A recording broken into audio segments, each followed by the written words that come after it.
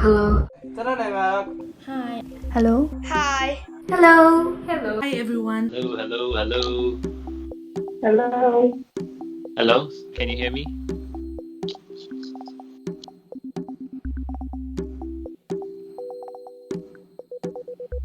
How would you describe the COVID-19 pandemic? I think I would use disaster to describe this pandemic. I think that's really a tragedy for everyone in the world. It is there out there in the environment, everywhere, in the air, on the surface of the materials. It needs to be a movie. I don't think that I can actually describe how it was, but I'm sure there are movies coming out. It really took me by a storm. I never would, in my wildest dreams imagine that this could ever happen.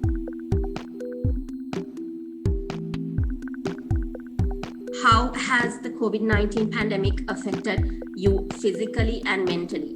It's feel like you are in a prison without any visitors. I mean, even for a person who lives in a jail, they got visitors. But for now, I have no one. I feel it's a very stressful thing in our lives. I feel fear about the COVID-19 pandemic.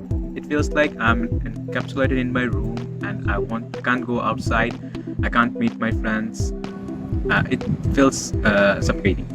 I felt like the world was soon going to be collapsed. Hindi naman ito yung unang pandemya na naranasan natin throughout history. We should have learned noon pa lang sa mga previous na disease outbreaks na kung ano yung dapat ginagawa. Pero parang hindi naman siya parang walang natututunan.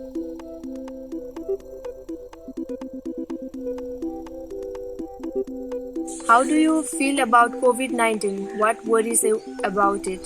On a daily basis, receive news such as, this number has been infected, this number has died. That is not at all a happy feeling.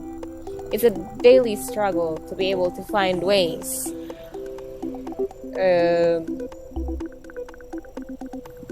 come up with to be creative and come up with ways on how to cope with the impacts of the pandemic. I cannot go out. I'm studying online and I don't have job. What could be the future for me? So all these things make me depressed sometimes, and it has created anxiety. I was a little bit depressed during the pandemic, so I was looking for help. But of course, I won't classify myself as a victim of it. So at that time, I did not message or I did not call for help to the counseling members. Instead, I randomly typed an email and sent it to an admin staff of my department. And the title was, I was depressed.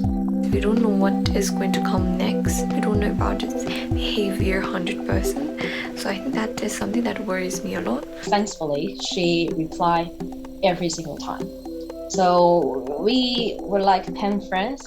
We were like friends. So sometimes we sent photos of how we were doing at home and how she would deal with the pandemic. So we exchange ideas. That makes me surprisingly a lot better. It's exhausting. Like, sobra.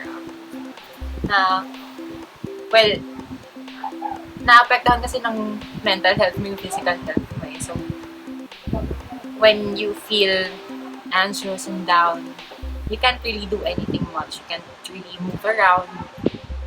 So, wala ka ding nagagawa physically. Napapagod ka na lang din kahit na wala kang ginagawa.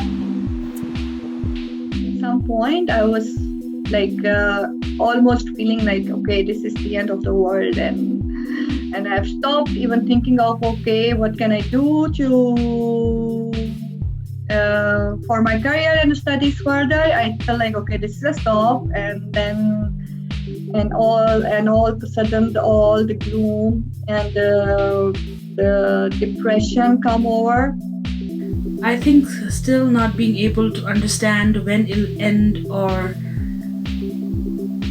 we know what next.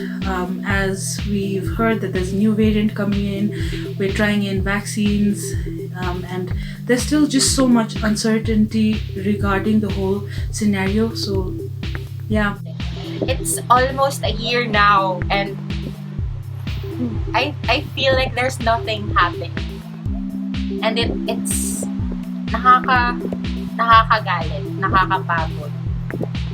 Dati nakaka-anxious, pero ngayon parang we've moved on from that phase.